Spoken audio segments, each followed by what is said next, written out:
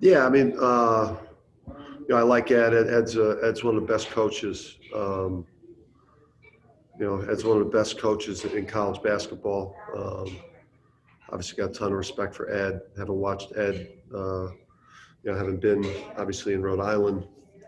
For 6 years, got a chance to watch Ed work up close, and just couldn't have more respect for the job he does. Yeah, I mean, I don't really have any rivalries with any particular coaches. I think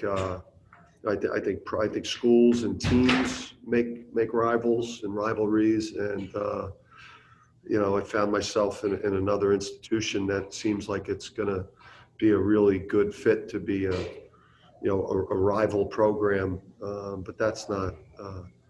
I don't. I look at Ed as somebody I'm competing against, but I don't look at him as a rival.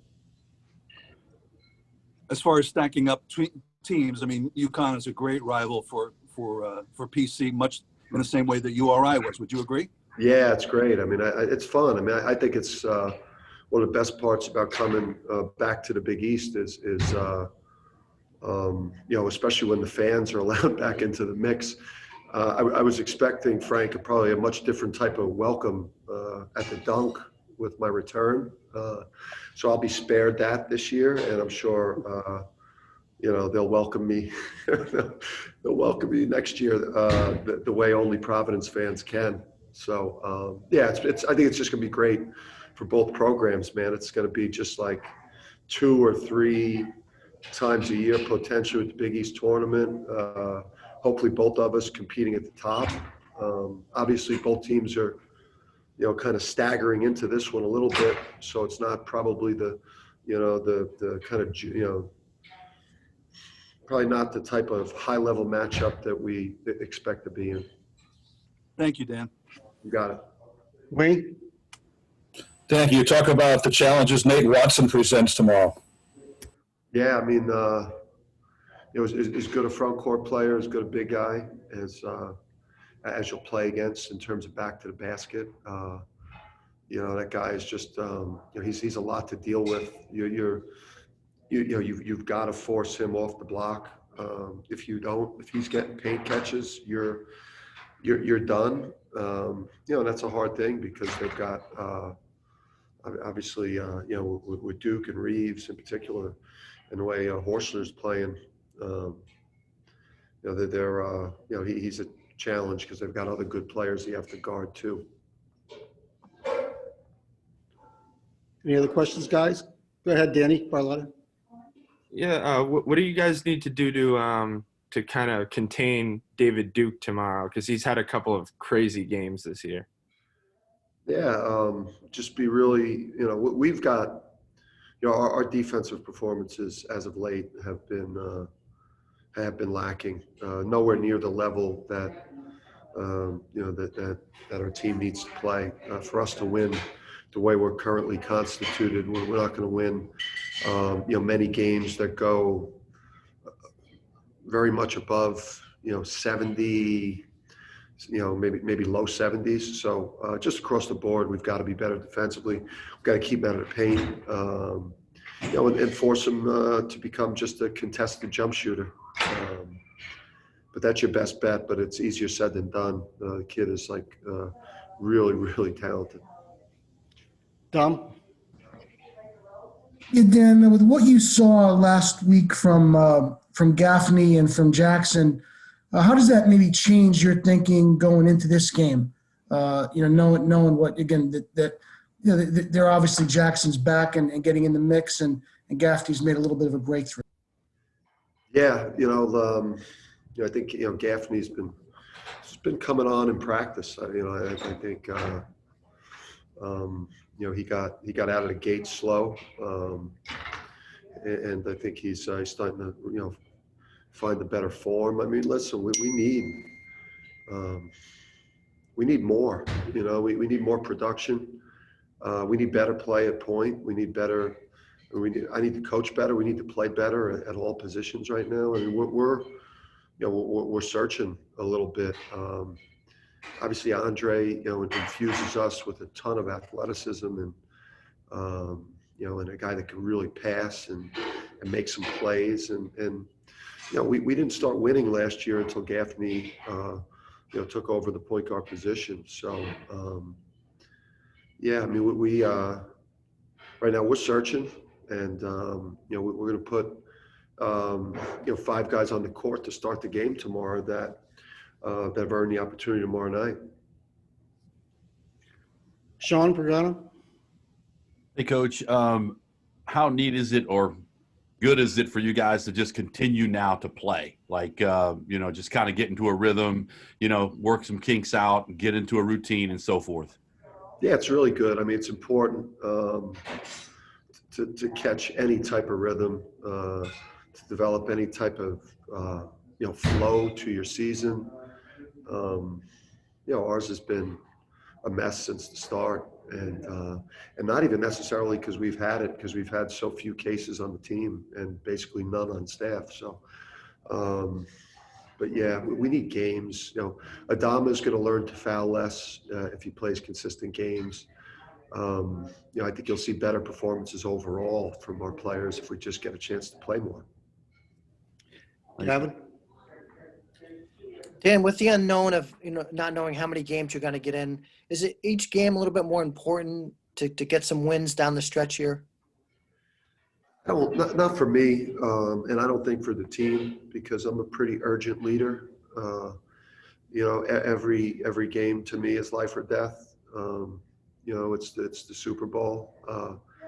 It's the level of suffering that you go through as coaches or as players that are as invested as the coaches.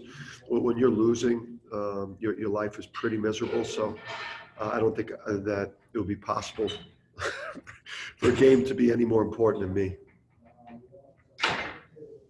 Mike Mavrodakis. Hey, Dan. Tyrese Martin has pretty drastically improved his three-point shooting, but he's really only taken like 1 or 2 a game. Are you looking for him to pull more from deep, or? Yeah, I think he probably, could get himself another look or 2 a game. I think he's, I think he's done a good job of only taking good shots, which has helped his percentages drastically, relative to his first couple of years. We need him. I need him to be more of a playmaker. I need him to get back on the backboard. I need him to play, highest level defense. I need toughness from him. I need toughness from my team. You could play hard but not be tough, and I think that kind of a lack of toughness has shown up for us in some of these losses down the stretch here. And with Tyrese, he's not a prolific offensive player at this juncture, so he's got to be all over the glass. He's got to be in passing lanes. He's got to be making plays. He's supposed to be like a dog on the wing, not like a finesse, super skilled player. That's not who he is. Neil. Dan, I know you have 100 things to do day in, day out, but do you get a chance to watch Gino's team at all, or even last night? And what do you think of Becker's? I mean, has she been pretty impressive so far from your view?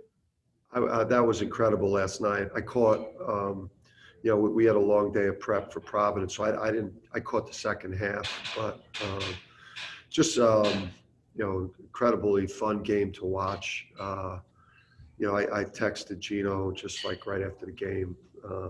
Obviously great win, and man, Paige is a stone cold killer.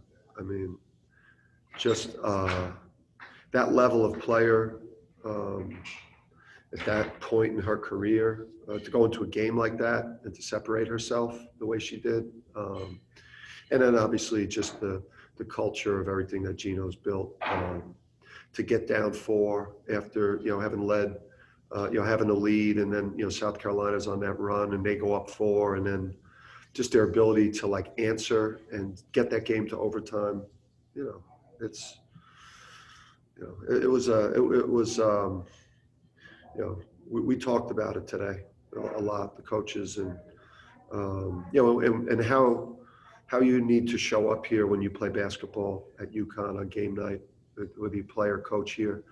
The standard, just a reminder of the standard that's been created by players like her and Ray and men's and women's.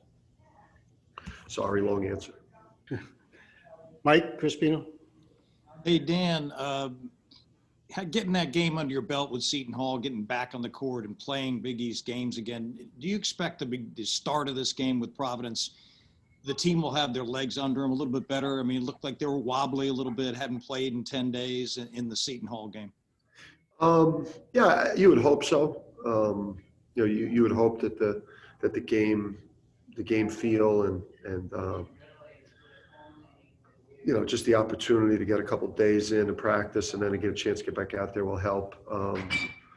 We'll see. I mean, if there's if there are different guys in the starting lineup, that there may be an adjustment there. If guys that were bench guys are starting, or if there's any lineup changes, maybe don't have that flow right away. But you certainly hope so. One more, Dom? And Dan, just to follow up on my question on Gaffney, are you considering a change, a lineup change, or a role change at the point guard position, or am I reading too much into that? No, I think we're 12 games in. We're 12 games in. We've